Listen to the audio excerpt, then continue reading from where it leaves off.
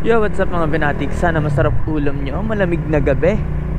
Ayan, tayong brewsam ngayon. Tambay lang tayo, tapos batiin lang natin si brother JC ng happy birthday. So yun bro, maligayang kaarawan sa'yo.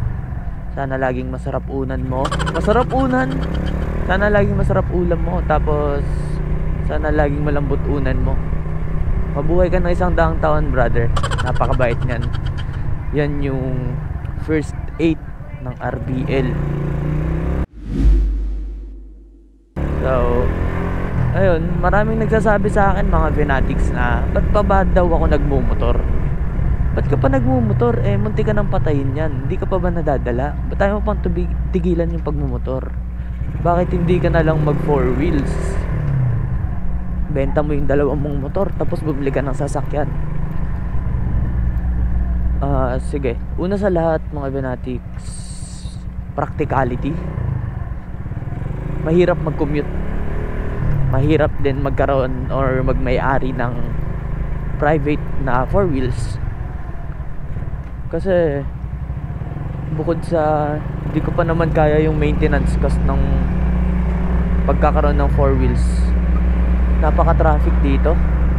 Sobrang traffic dito, hindi mo kakayanin yung traffic dito na araw-araw na nalakad mo, naka 4 wheels ka. Hindi mo kakayanin yung traffic dito sa pagpapagas. Pangalawa, hobby ko to, passion ko to. Hanggat kaya ko, gagawin ko. Kaya naiintindihan ko naman kayo na nag-aalala lang kayo. Kasi baka ayun nga, may hindi na naman magandang mangyari, ganun. Pero kasi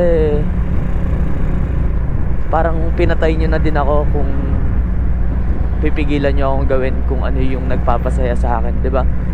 Malalim pakinggan, pero yun kasi yun eh. Yun kasi yun. Mahirap mabuhay na yung nakasanayan mo, yung hilig mo, yung minamahal mong gawain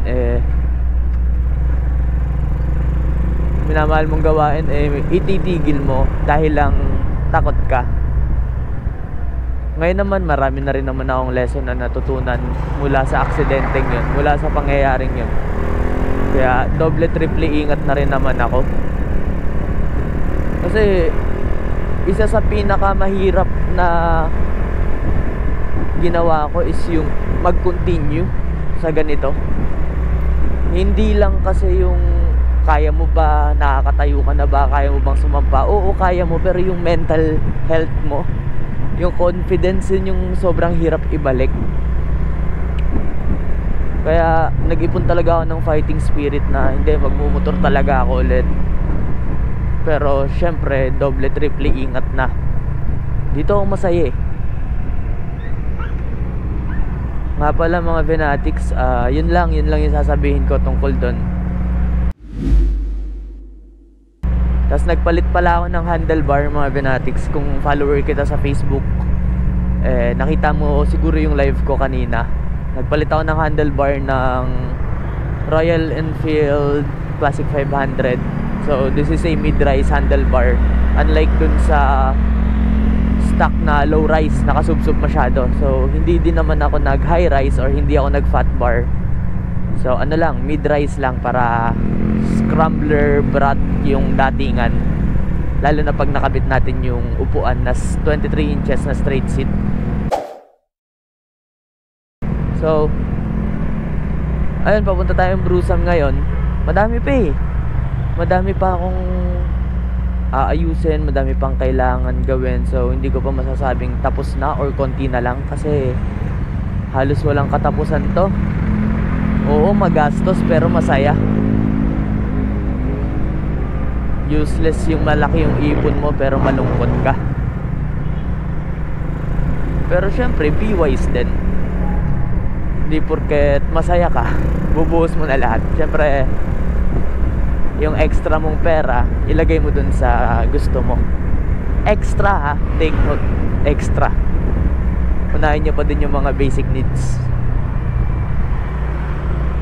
Yo, Lamig, sobrang lamig dito ngayon sa Laguna.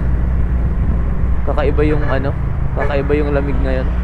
So yun lang siguro mga Benatics, nag-vlog update lang din ako, tapos yun, konting kwento-kwento, content. Pakita ko sa inyo yung progress nito ni Miko. Ayun lang. Sana natutuwa kayo sa mga videos na ginagawa ko, and sana na-appreciate niyo yung effort ko sa paggawa ng videos. Baka gusto niyo yung mga videos ko, or gusto niyo pa makanood ng mga videos ko, please do subscribe. Tapos sa Facebook, follow niyo ako, Ben Villaflor Vlogs. Dito sa YouTube, Ben Villaflor Vlogs lang din naman. Ring niyo yung notification bell para lagi kayong updated. So yun lang. Sana laging masarap ulam nyo, at sana laging malambot unan nyo. Once again, this is Ben, signing off. Peace.